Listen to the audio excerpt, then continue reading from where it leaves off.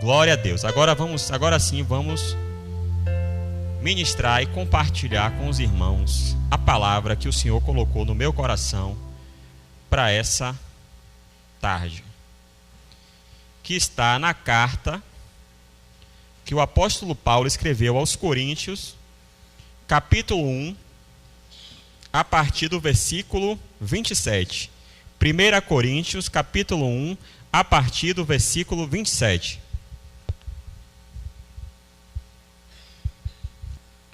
Primeira Coríntios 1, 27. Todo mundo achou? Amém. Diz assim a palavra de Deus. Mas Deus escolheu as coisas loucas deste mundo para confundir as sábias. E Deus escolheu as coisas fracas deste mundo para confundir as fortes. E Deus escolheu as coisas vis deste mundo e as desprezíveis e as que não são para aniquilar as que são, para que nenhuma carne se glorie perante ele. Mas vós sois dele, em Jesus Cristo, o qual para nós foi feito por Deus sabedoria e justiça e santificação e redenção, para que, como está escrito, aquele que se gloria, glorie-se no Senhor. Glória a Deus. Pai, essa é a tua palavra. E nós queremos, Senhor, entregar este momento ao Senhor. Nós queremos pedir, Senhor, que o teu Espírito venha se manifestar em nosso meio, venha falar conosco, venha tratar conosco. Meu Deus, nós queremos e precisamos aprender mais de ti. Por isso nos ensina, faz tudo aquilo que o Senhor planejou para essa noite. Nós entregamos a direção deste culto ao Senhor.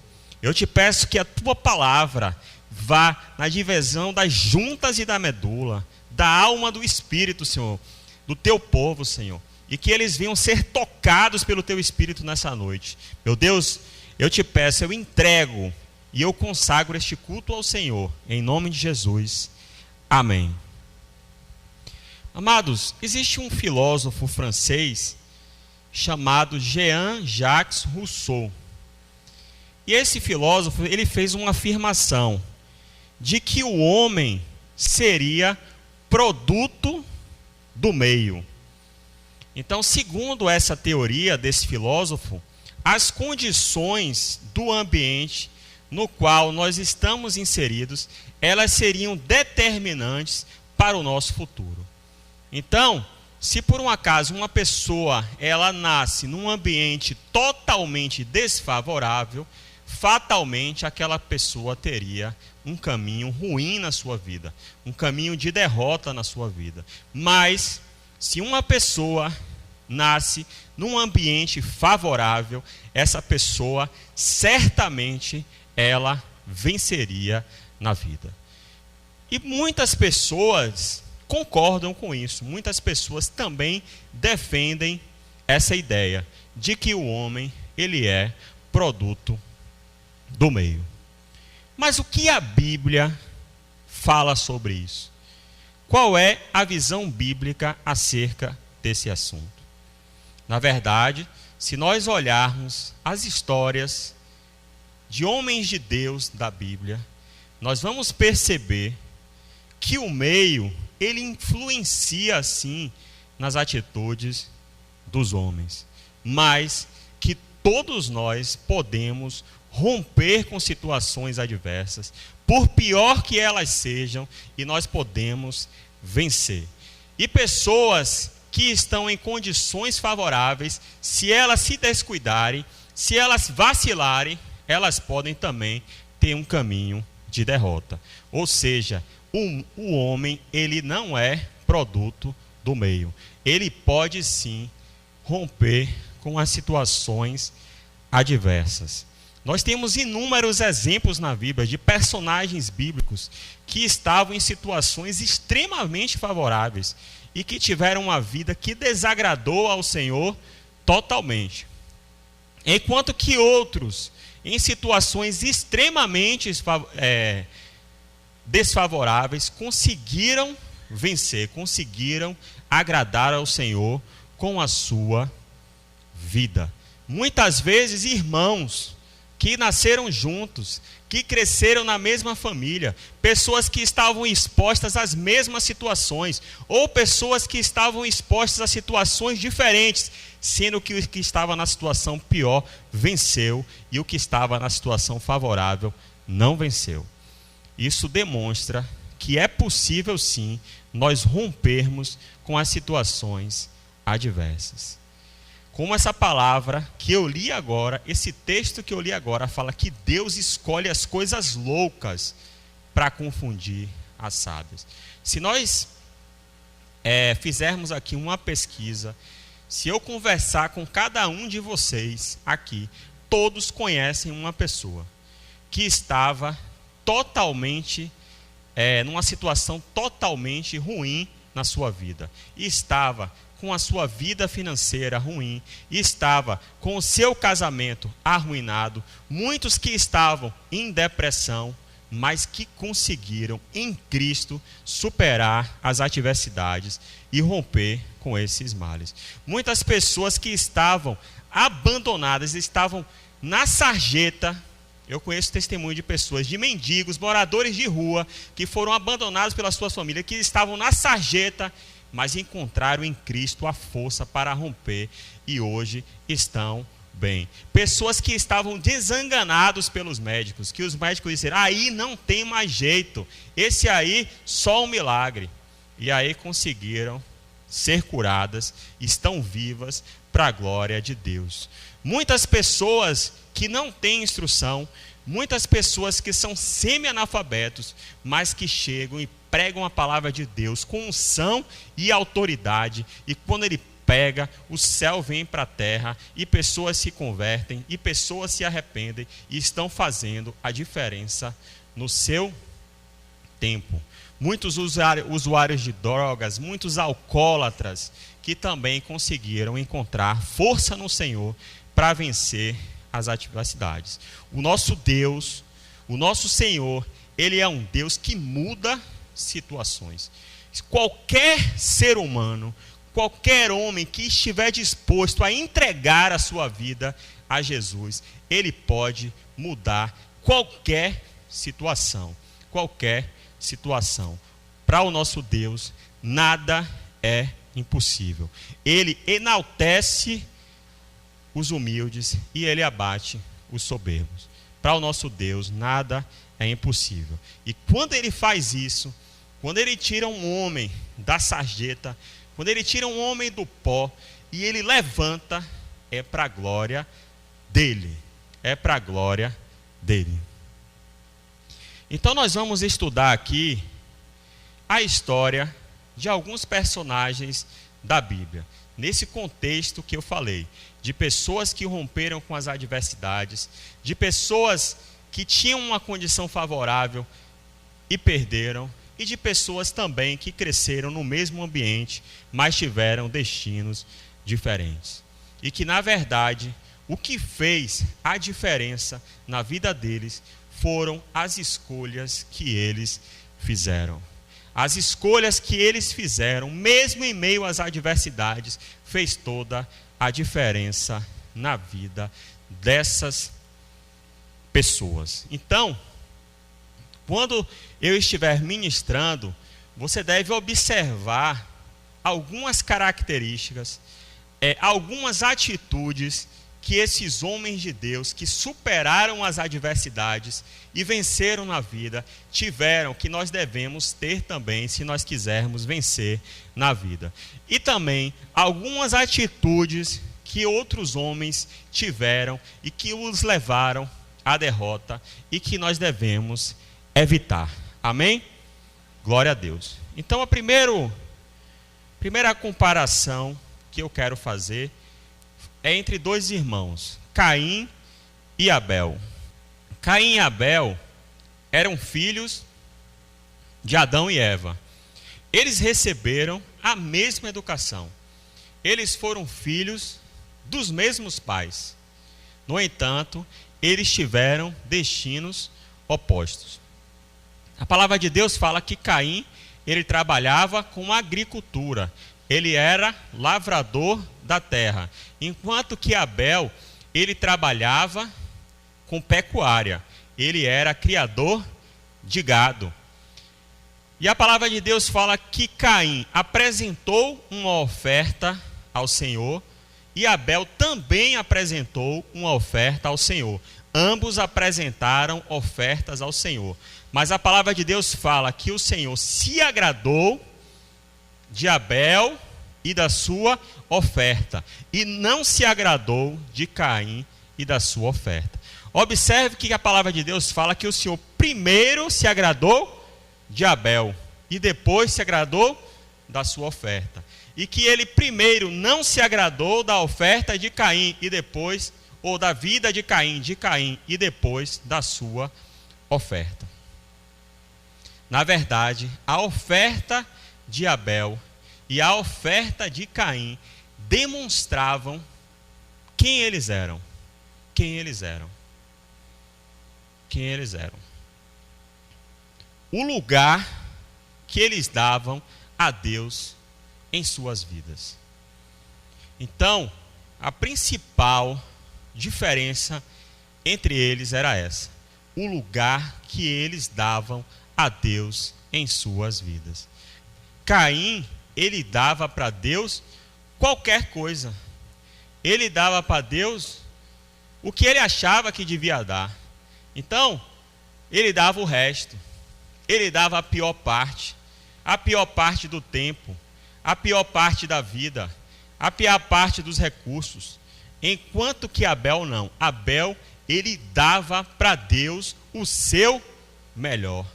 E é isso que Deus espera de cada um de nós. Que a gente entregue a Deus o nosso melhor. O nosso melhor. Quando perguntaram a Jesus qual era o maior mandamento, Jesus respondeu: o maior mandamento é: amará, pois, o Senhor teu Deus de todo o teu coração, com toda a tua alma e com todo o teu entendimento. Então, se este é o maior mandamento, se este é o primeiro mandamento, ele é o mais importante. É o primeiro que a gente tem que obedecer.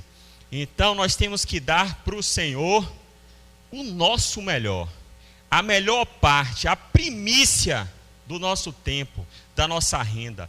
O Senhor, ele é digno e ele merece o único lugar que ele pode ocupar em nossos corações, em nossa vida, é o lugar de honra e destaque. É o lugar de primeiro, é o primeiro lugar.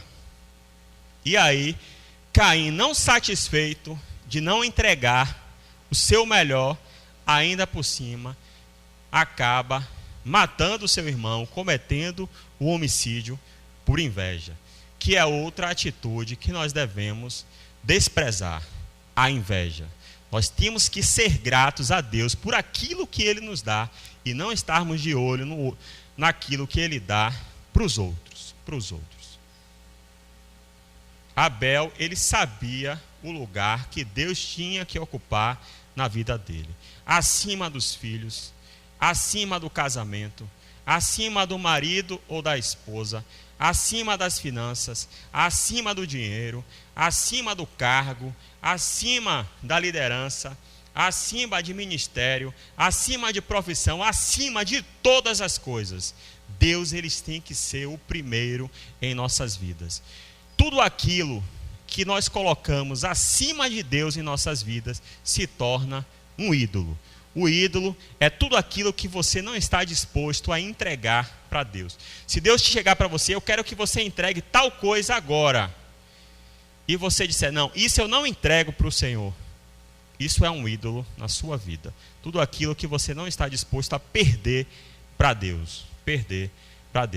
E a grande realidade é que nós não temos como perder nada para Deus, porque na verdade nós não temos nada. Ele é tudo para nós. Deus é tudo que nós temos. Abel, ele entendeu isso e ele deu para Deus o seu melhor. Em Romanos 11:36, a palavra fala: porque dele, por ele e para ele são todas as coisas. Glória, pois, a ele eternamente. Falar também de outros 2 irmãos da Bíblia, que também tiveram a mesma educação, que também cresceram no mesmo lar, na mesma família, e também tiveram atitudes distintas, que também selou o destino deles, que foi Jacó e Esaú. Jacó e Esaú, eles eram filhos de Isaac com Rebeca. Isaac era o filho da promessa, que o Senhor tinha prometido que daria para Abraão. E Isaac casou-se com Rebeca e teve teve 2 gêmeos, 2 filhos gêmeos, chamados Jacó e Esaú. Olha o que a palavra de Deus fala em Malaquias 1, 2 e 3. Olha o que ele fala sobre esses 2. Eu vos tenho amado, diz o Senhor, mas vós dizeis, em que nos tem amado? Não era Esaú irmão de Jacó, disse o Senhor. Todavia amei a Jacó e odiei a Esaú, e fiz dos seus montes uma desolação, e dei a sua herança aos chacais do deserto. Amados, eu vou dizer uma coisa, quando eu li essa passagem, a minha cabeça entrou um pouco em parafuso. Não sei se alguém já parou para pensar nisso. Eu falei, rapaz, não, tem alguma coisa errada nessa história. Porque se você olhar a história de Jacó e Esaú, na minha ótica humana, no meu pensamento humano, quem foi errado foi Jacó. Jacó pega o dia que o irmão dele chega da caça e que estava morrendo de fome, e ele pega, oferece um prato de lentilha para comprar a primogenitura do irmão. E o irmão vai e vende. Depois Jacó vai, mancomunado com a mãe, Rebeca, engana o pai que estava cego, já estava velho, e rouba a bênção, recebe a bênção no lugar do irmão, e depois foge. Então, se eu olhar, quando eu olhei, não, para mim o errado dessa história não foi Esaú, foi Jacó. Mas aí o Senhor me mostrou por que o Senhor amou a Jacó e odiou Esaú. Na verdade, Esaú, ele tinha uma atitude que desagradava ao Senhor, que era a indolência, a indiferença. É aquela pessoa que não faz a diferença, que não dá o seu melhor, que não coloca o seu coração naquilo que faz. Então, tanto faz como tanto fez. É uma pessoa que vai deixando a vida passar sem fazer a diferença. Sem fazer a diferença. Já Jacó não. Jacó, ele representa aquela pessoa que, apesar de começar errado, que apesar de começar pelo caminho errado, fazendo da forma errada, um dia ela se decide e ela resolve fazer da forma certa. E para Deus, o que conta não é como começa, e sim como termina. Então, por pior que seja a situação, por mais que você ache que chegou no fundo do poço, que não tem mais jeito, se você tiver um arrependimento sincero, se você realmente se voltar para o Senhor e decidir fazer a vontade dEle, o Senhor, Ele está disposto a te perdoar e ao final da sua vida falar, eu amei tal pessoa, porque para Deus o que importa é como termina. Olha o que a palavra de Deus fala em Ezequiel 33, 14 a 16. Diz assim, Ezequiel 33, 14 e 16.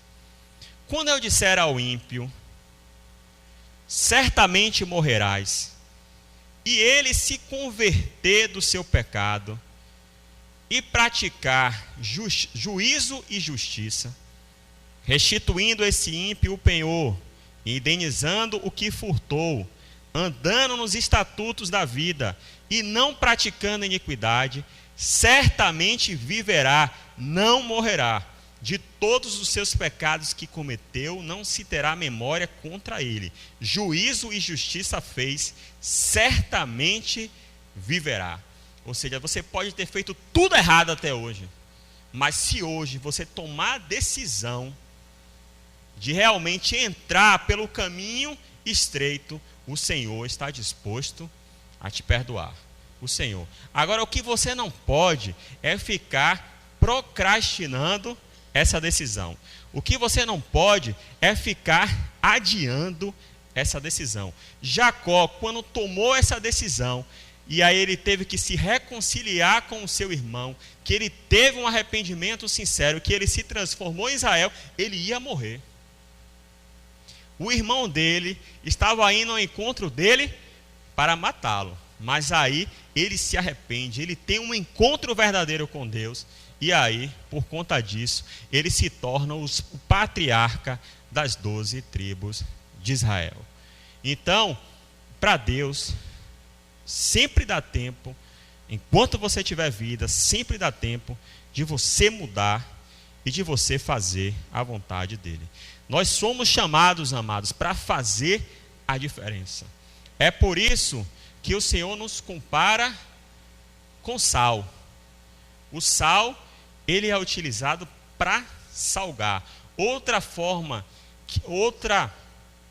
elemento que ele nos compara é com a luz. A luz, ela tem que iluminar. Então nós somos chamados para salgar o mundo, para iluminar o mundo, para fazer a diferença no mundo com as nossas atitudes. Nós não podemos mais deixar a vida correr como está. Nós somos chamados para fazer a diferença.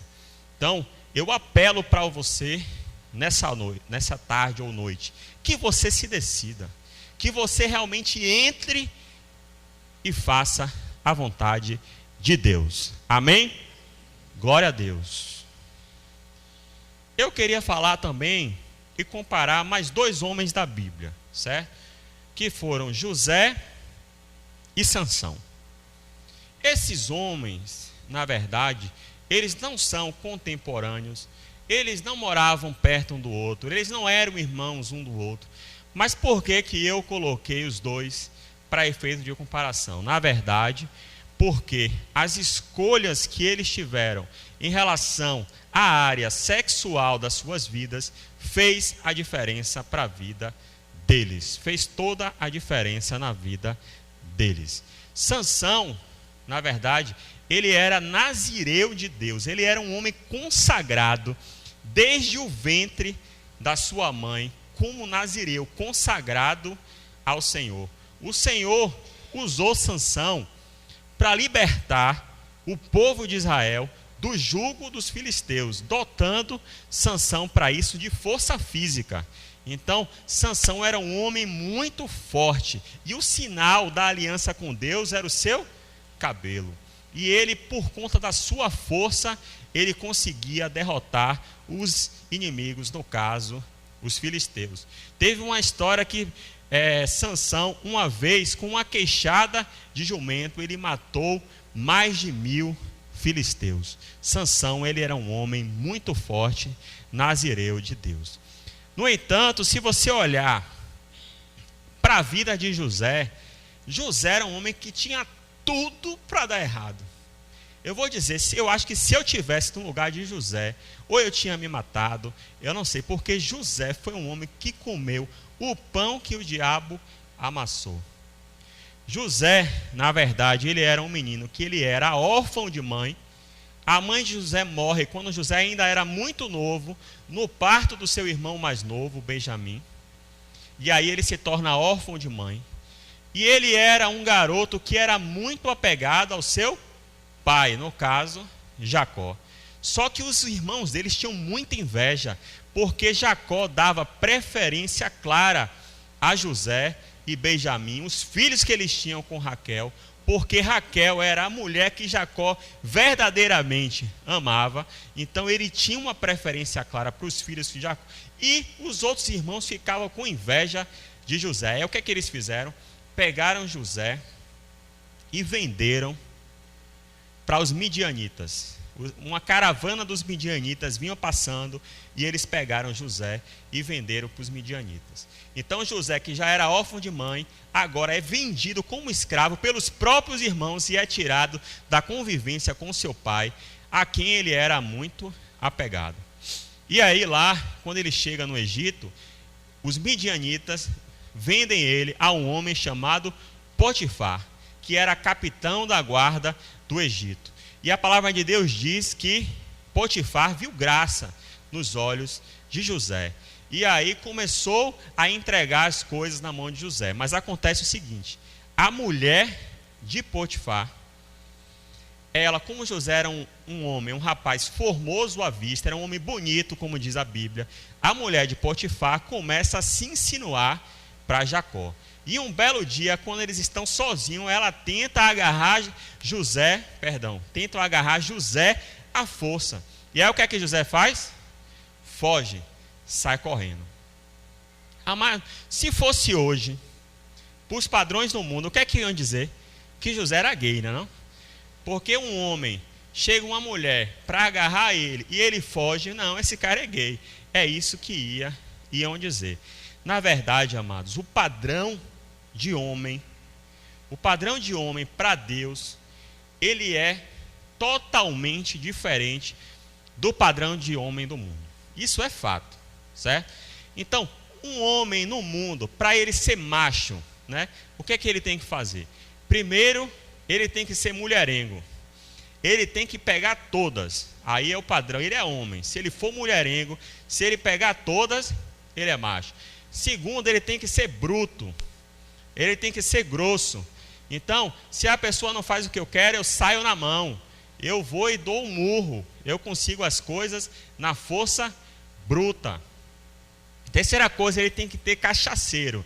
Ele tem que tomar cachaça.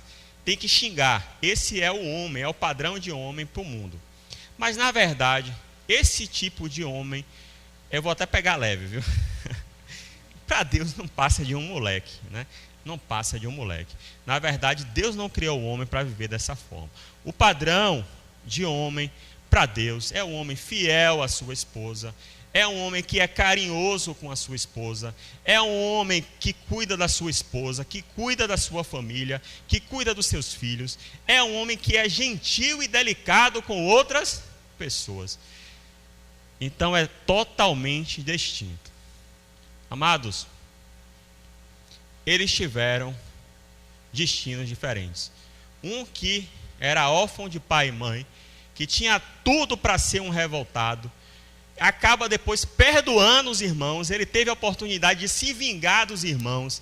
Ele teve a oportunidade de mandar prender os irmãos, porque ele foi colocado como governador, mas ele perdoa os seus irmãos. Perdoa os seus irmãos. E ele se torna governador do Egito. Já Sansão não. Sansão, ele acaba se envolvendo com uma prostituta chamada Dalila. Ele se apaixona por ela e por conta disso, ele é capturado pelos filisteus. E ele acaba morrendo no ato, ao mesmo tempo heróico e suicida. E aí diz que no seu último ato de morte, ele matou mais filisteus do que toda a vida, mas ele acaba morrendo também. Por quê? Porque ele não aguentava ver um rabo de saia. Essas atitudes fizeram a diferença na vida deles. Falar também a comparação entre dois reis, o rei Saul e o rei Davi. Na verdade, um sucedeu o outro no trono de Israel. Saul, ele foi o primeiro rei de Israel. O primeiro homem que reinou como rei em Israel foi Saul. E Davi foi o segundo, ele foi o sucessor de Saul. E teve um determinado momento que o Senhor falou assim para Samuel: Samuel, por que você está orando por Saul, se eu já rejeitei ele?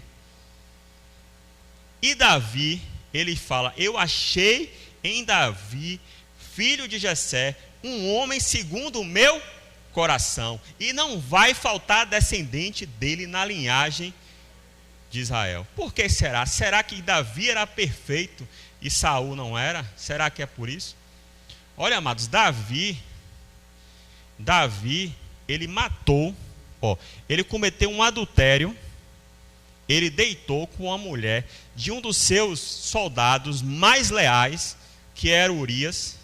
Esse soldado chamado Urias, ele era tão leal, que quando ele voltou da guerra, ele foi chamado, ele falou, vai ter uma noite com a sua esposa. Ele falou, rapaz, eu não posso, como é que eu vou deitar com a minha esposa, enquanto os meus amigos estão lá na guerra, eu não posso fazer isso. E ele não foi. E aí, Davi, na verdade, foi com a mulher desse homem que Davi deitou. E o que é que aconteceu? Ela engravidou. E aí, para encobrir o adultério, porque ela ficaria grávida e todo mundo ia ficar sabendo, o que é que ele faz? Ele manda matar Urias. Ele envia uma carta através do próprio Urias, mandando que quando eles entrassem na peleja, que Urias ficasse à frente, no fronte de batalha, e que os demais recuassem. E isso acontece. E Urias, ele é assassinado pelo próprio Davi.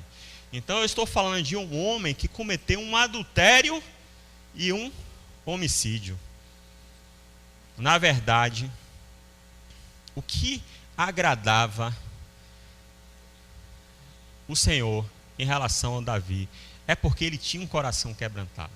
Amados, Deus não resiste a um coração quebrantado.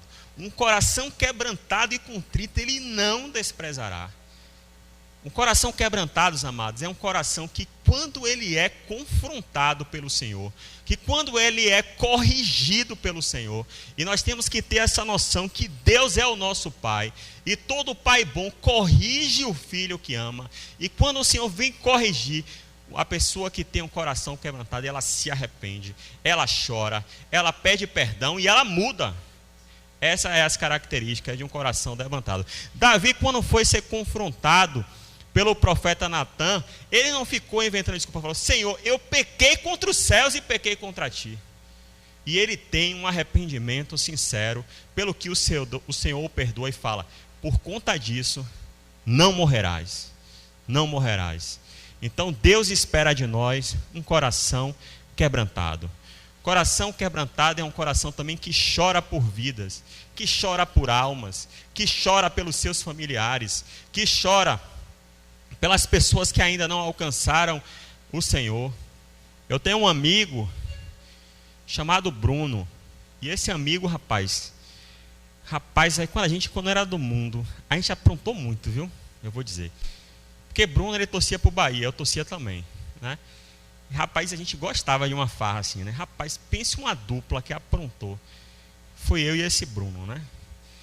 E aí, acabou que por conta da vida, né, tomamos rumos diferentes, né? Hoje esse Bruno, ele mora em Jequié, o pai dele é fazendeiro, ele trabalha com o pai. E eu estou em Aracaju e aqui, né? Um dia, o Senhor falou assim, você já chorou? Olha a pergunta que o Senhor fez para mim. Você já chorou por Bruno, pela vida dele? Rapaz, tem horas que você não precisa nem falar. Tem horas que é só você botar o joelho no chão e chorar, meu amigo. Então, Deus não resiste. Se você tem um filho que ainda não está convertido, chore pela vida do seu filho. Se você tem um marido ou uma esposa que ainda não são convertidos, chore pela vida deles. Se você tem pais que não são convertidos, chore pela vida dos seus pais. O meu pai, por exemplo, teve uma vez que Deus estava pesando a mão em meu pai. Pesando mesmo, com força. Ataques convulsivos, né? De diversas formas, né? Ele era empurrado, vinha alguém e empurrava, um espírito empurrava e ele caía no chão. E aí teve um dia que eu estava ouvindo uma pregação, e aí eu abri um berro pela vida do meu pai. Eu fiquei uns 10 minutos chorando pela vida dele. Depois desse dia, graças a Deus, a gente esteve lá, orou por ele, ele parou de ter as convulsões, ele parou de ter esses empurrões. Por quê? Porque Deus encontrou em mim um coração quebrantado. Um coração quebrantado. Outra coisa que era a marca de Davi, é que Davi, ele era um adorador. Uma palavra define Davi: adorador. Davi, ele escreveu a maior parte dos salmos. É só você ler os salmos para você ver a adoração de Davi, como ele falava do amor que ele sentia por Deus, como era o relacionamento com Deus, como ele tinha intimidade com Deus. Se você olhar em Salmos 27:4, o que é que ele fala? Uma coisa pedi ao Senhor, que eu possa morar na sua casa todos os dias e contemplar a beleza da sua formosura. Deus procura com pessoas com o coração de Davi, um coração quebrantado, um coração que anseia pela presença do Senhor, um coração de adoração, de adorador. Na verdade, amados, a adoração, ela não é apenas louvor, apenas através da música. Na verdade, a música é uma das formas de adorar a Deus. Você pode, inclusive, estar cantando um louvor, mas não estar adorando a Deus. Porque, na verdade, nós adoramos a Deus com a nossa vida. Com a nossa vida. A adoração nada mais é do que todo ato que nós praticamos que agrada o coração de Deus. Então, por exemplo, se você dedica tempo à sua família, se você cuida da sua esposa, se você cuida dos seus filhos, você está adorando a Deus. Se no seu trabalho você se esforça, se você dá o seu melhor, se você veste a camisa, você está adorando a Deus. Então nós temos que adorar o Senhor 24 horas por dia. 24 horas por dia. Deus, ele procura pelo verdadeiro adorador que o adorem em espírito e em verdade. Mais duas comparações que eu queria fazer aqui. Foram sobre os 2 ladrões que morreram juntamente com Jesus na cruz. A Bíblia não fala o nome de nenhum dos 2. A única coisa que a Bíblia fala sobre eles é que eles eram malfeitores. 2 malfeitores. Jesus, ele foi crucificado no meio de 2 malfeitores. No entanto, eles têm destinos opostos. Um vai para o céu e o outro para o inferno. E aí você me pergunta, o que fez a diferença na vida daquele ladrão que foi salvo na última hora? E antes, o que fez com que aquele outro fosse condenado? Na verdade, o condenado era uma pessoa de coração duro. É uma pessoa de coração duro. Amados, tem pessoas que têm um coração duro. Na verdade, se você olhar, dureza de coração tem muito a ver com orgulho. Então, às vezes a pessoa está na sarjeta, às vezes a pessoa está numa situação terrível, às vezes você vê a pessoa doente, mas a pessoa não dá o braço a torcer, a pessoa não se arrepende, a pessoa se enche de justiça própria. E aí tem uma hora também que a paciência de Deus acaba. Já o outro ladrão não, aquele outro ladrão, ele acreditou na graça de Deus, ele creu na graça de Deus, ele creu na graça de Deus. Amados, aquele ladrão, ele aproveitou a última oportunidade que ele teve, porque ele ia morrer e ele ia ser condenado, mas ele aproveitou a última oportunidade que ele teve, porque ele creu na graça de Deus, ele acreditou na graça de Deus. Nós nunca sabemos qual vai ser o dia de amanhã, por isso que nós não podemos mais adiar essa decisão de convidar Jesus para ser o Senhor das suas vidas. O dia de você se arrepender é hoje. O dia do arrependimento se chama hoje. Não postergue mais essa decisão. Nós aprendemos através da vida desse outro que foi salvo, quão grande é a graça de Deus. Que a salvação do homem não é pelas obras, mas é mediante o sacrifício de Jesus na cruz. A grande questão é que nós somos orgulhosos. Nós queremos, se você for perguntar a uma pessoa, se você morresse hoje, você iria para o céu ou para o inferno? A pessoa vai responder, eu iria para o céu. Por quê? Porque eu sou uma pessoa boa. A maioria iria responder isso. Mas as nossas obras, a nossa justiça própria diante de Deus, elas são como trapos de imundícia. Ela não tem valor nenhum na verdade, a justiça de Deus, ela só pode ser feita, ela só pode ser consumada mediante o sacrifício de Jesus na cruz. E nós somos orgulhosos de reconhecer que a nossa salvação, ela possa vir porque outra pessoa morreu em nosso lugar. Nós queremos pagar o preço da nossa salvação. Em Efésios 2, capítulos 8 e 9, olha o que a palavra fala. Porque pela graça sois salvos, por meio da fé. Isso não vem de vós, é dom de Deus. Não vem de obras, para que ninguém se glorie.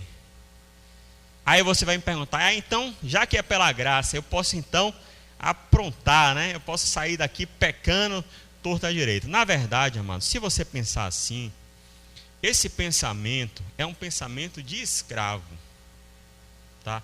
Quem pensa isso, não, já que a salvação é pela graça, eu posso pecar à vontade. Esse pensamento é um pensamento de escravo. Por quê? Porque o pecado é ruim para você mesmo. Para você mesmo. Quando Deus pede para você não pecar, é para proteger você mesmo. Então a graça ela veio para te libertar do pecado, para você viver acima do pecado, porque o pecado é ruim. Então você fala, por exemplo, não, eu não vou ser cristão, porque cristão não pode beber, um exemplo. Eu não estou falando da pessoa que toma uma socialmente, não, viu? Estou falando da pessoa que tem autocontrole, que vai e toma um cálice de vinho. Não estou falando isso, estou falando da pessoa que se embriaga. E aqui vocês estão falando com uma pessoa que já entendeu desse assunto, né?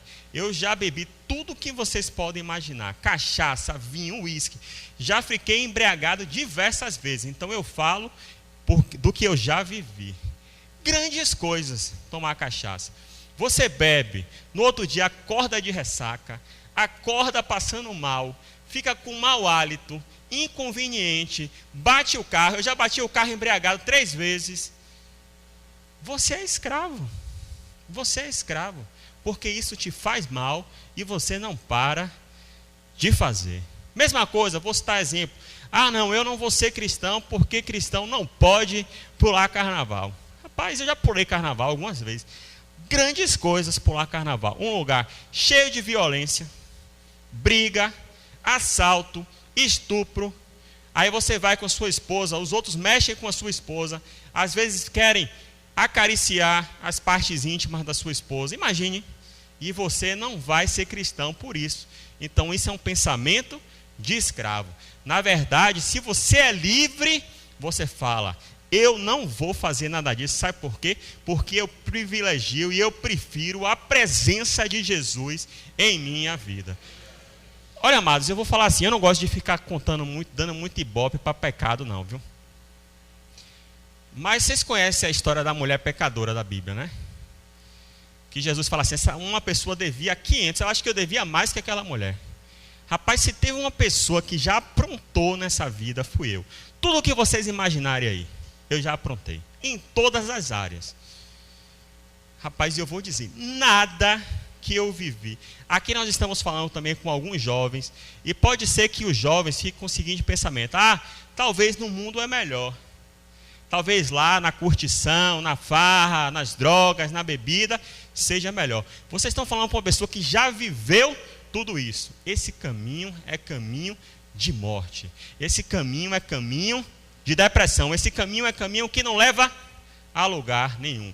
E nada que eu vivi se compara com a presença de Jesus na minha vida. Nada se compara com a presença de Deus na minha vida. Eu não troco a presença de Deus por nada na vida. Eu parei de beber e eu parei de pular carnaval, não é porque eu não posso, é porque eu não quero. E eu tenho algo muito melhor, que é a presença de Jesus na minha vida. E eu não troco por nada. Por nada. Glória a Deus. Mais 2 que eu queria falar aqui foram Pedro e Judas. Pedro e Judas. 2 apóstolos, 2 discípulos de Jesus Cristo. receberam os mesmos ensinamentos do Mestre, viram os mesmos sinais, viram os mesmos prodígios, viram cego enxergar, viram coxo andar, viram mudo falar, viram mortos ressuscitarem, ouviram a mesma pregação, mas tiveram destinos opostos. E o que é que levou Judas a se perder? A cobiça. A cobiça. A palavra de Deus fala que o amor ao dinheiro é a raiz de todos os males. De todos os males. Olhe, por dinheiro, casais se separam. Por dinheiro, filhos matam pais para receber a herança. Marido mata esposa e esposa mata marido para receber seguro de vida. Rapaz, dinheiro, ele é a raiz de todos os males. Na verdade, o dinheiro, ele é um Deus. Por isso que Jesus falou, nós não podemos servir a dois senhores. Ou nós amamos um e odiamos o outro. Que foi o quê? A Deus e a Mamon, que significa riquezas. Então, o dinheiro, ele é um Deus. Na verdade, o dinheiro, se ele for bem utilizado, se você colocar o dinheiro no lugar que ele deve existir da sua vida, como um meio, né, para você sustentar a sua família, para você financiar a expansão do reino de Deus, para você estudar, para pagar um plano de saúde para os seus filhos. O dinheiro, ele é uma bênção para você ter uma casa e você possa dar conforto para a sua família, para você ter um carro para se locomover, para fazer a obra de Deus. O dinheiro é uma bênção. Mas quando nós colocamos o dinheiro acima de Deus em nossas vidas, como nós colocamos o dinheiro como Senhor das nossas vidas, aí é que mora o perigo. Aí é que mora o perigo. Amados, o dinheiro não traz felicidade. Essa é uma coisa que precisa ser falada. Lógico que não é bom você ser pobre. Eu não estou aqui defendendo a teologia da miséria. Mas o dinheiro não traz felicidade. As clínicas psiquiátricas, os psicólogos estão cheios de pessoas ricas. Salomão, que foi rei, que era filho de Davi, ele foi um dos homens mais ricos que já existiu da história. Salomão era tão rico que ele não contratava os músicos, né? Ele comprava os músicos, ele tinha músicos particulares. Ele comprou tudo o que ele quis. E no final, sabe o que ele falou? Eu aborreço a minha vida. Busque ao Senhor. Isso aí é o conselho que eu dou para vocês. Então, amados, o amor ao dinheiro. E Judas, ele se deixou atrair pela cobiça. Muitas pessoas se corrompem. Muitos pastores que são homens de Deus, que são usados por Deus, mas pelo amor ao dinheiro vendem o seu chamado. Nós não podemos deixar o dinheiro dominar as nossas vidas. Agora Pedro, apesar de ter negado Jesus, apesar de ser um homem destemperado, que não tinha domínio próprio, que falava demais, falava pelos cotovelos, mas ele tinha uma característica que agradava o coração de Deus. Ele era apaixonado por Jesus. E Deus procura por pessoas como Pedro, pessoas apaixonadas por Jesus, pessoas que estão dispostas a morrer por Jesus, a largar tudo por conta dele. Essas são as pessoas que Deus procura. E Pedro, ele era apaixonado por Jesus. Jesus, ele vai vir e vai buscar a sua noiva para casar com ele. E ele vai casar com uma noiva apaixonada. Ninguém quer casar com uma noiva que está em cima do muro. Ninguém quer casar com uma noiva que não sabe o que quer. Quem é noivo, né? Pô, a pessoa está meio indiferente, não sabe o que quer. Ninguém quer casar dessa forma. Todo mundo quer casar com um noivo, com uma noiva apaixonada. E Jesus, ele quer casar com uma noiva apaixonada. Apaixonada. E aí Pedro, depois que ele nega Jesus, Jesus vai ao encontro dele e aí pergunta: Pedro, você me amas? E pergunta 3 vezes.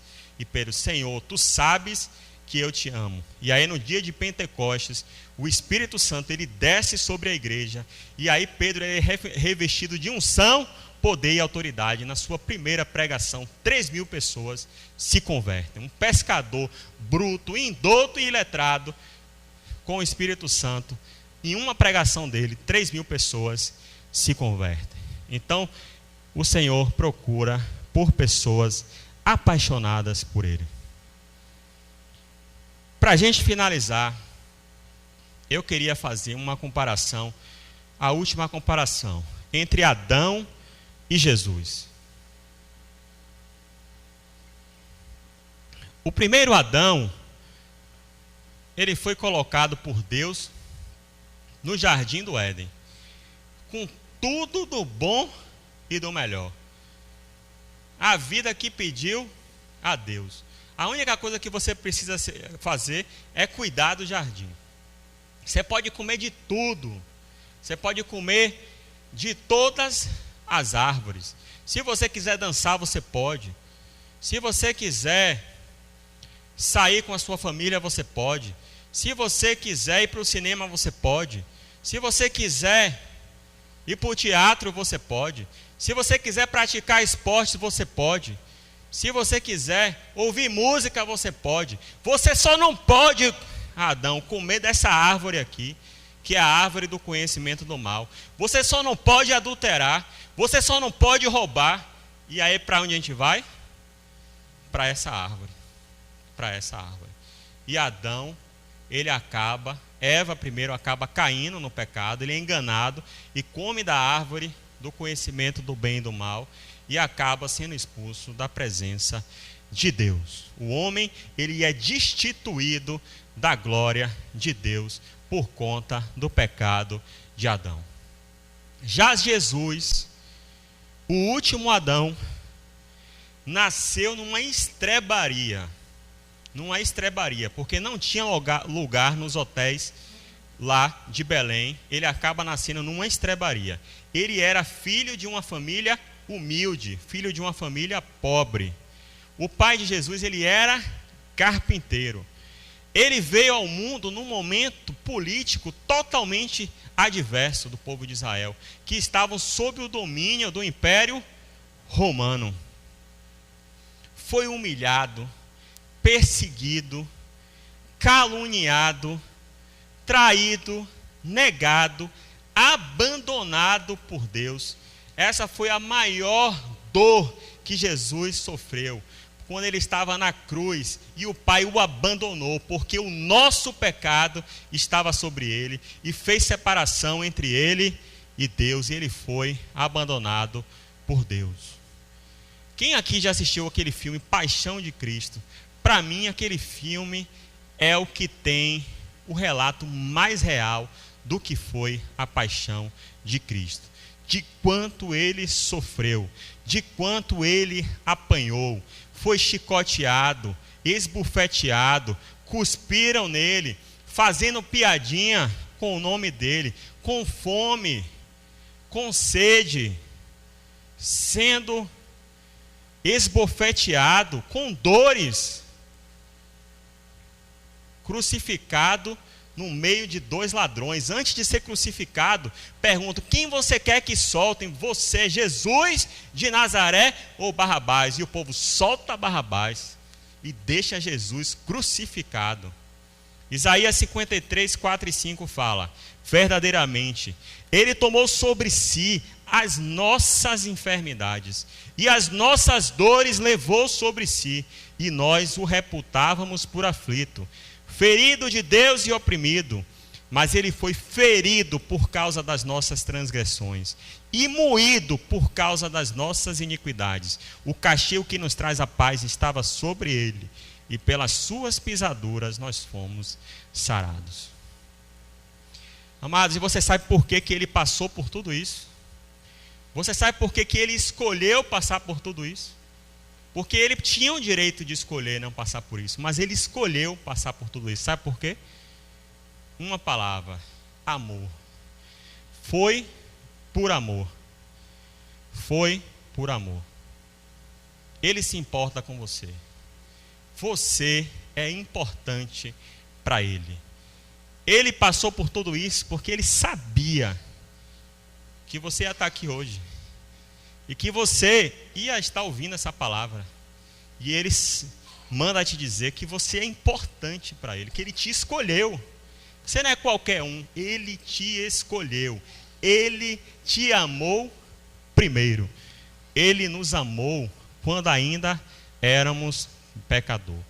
Tudo aquilo que você precisa para ter uma vida abençoada, Jesus já fez, já conquistou para você na cruz. Quando Ele gritou, está consumado, o que é que Ele fez? Eu fui até o fim, eu cumpri o propósito que o meu Pai me deu para fazer aqui na terra, resgatar as nossas vidas. Amados, o que Jesus fez não pode ter sido em vão. Jesus não pode ter passado por tudo isso em vão, para você estragar a sua vida, para você perder tempo com as coisas que não agregam, perder tempo com as coisas que desagradam a Deus. Não pode ter sido em vão. O que Jesus fez por você é muito, o que Ele tem para você, para a sua vida, é muito melhor do que o mundo tem para te oferecer. Porque ó que seja a situação, Ele pode mudar. Apocalipse 3:20, Ele fala: eis que estou à porta e bato. Se alguém ouvir a minha voz e abrir a porta, eu entrarei em sua casa e cearei, e Ele comigo. Jesus, amados, Ele venceu a morte. E Ele pode, é o único que pode te dar a vida eterna. Tudo aquilo que Adão perdeu no Éden, Jesus, Ele conquistou, reconquistou para nós na cruz. Amém? Glória a Deus. Amados, se essa palavra falou no teu coração, eu não sei como está a sua vida, eu não sei como você entrou aqui hoje.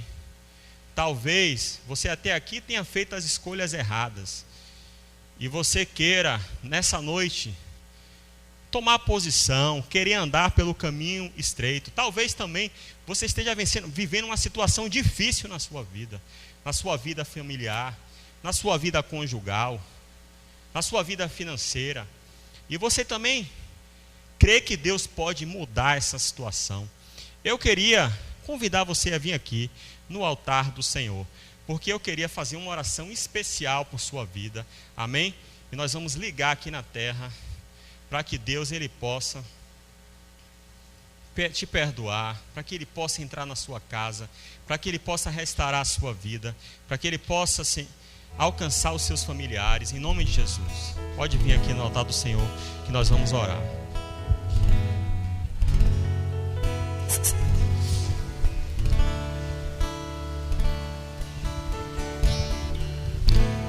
Aquieta minha alma, faz meu coração ouvir tua voz.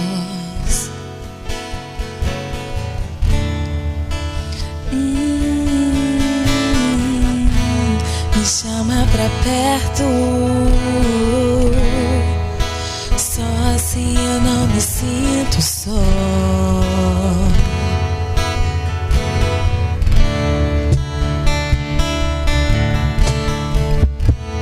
Aquieta minha alma, faz meu coração ouvir tua voz.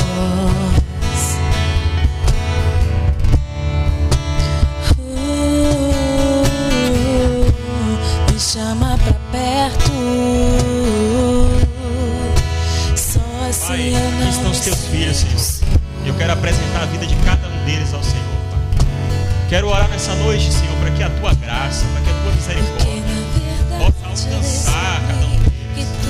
Para que o Senhor revele agora no espírito deles quanto o Senhor os ama, o quanto eles são especiais para o Senhor. Que o Senhor os chama pelo nome. Meu Deus, mostra para eles, Pai, que o fim que o Senhor tem para eles, que o destino que o Senhor tem para eles é muito melhor do que aquilo que muitos estão vivendo.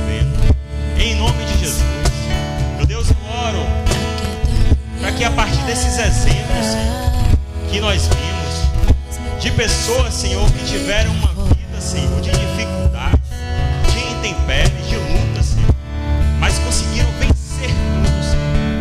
Porque nós cremos, Pai, que Cristo é a nossa vitória e que nele nós podemos vencer, apesar das adversidades, apesar das lutas, apesar das aflições.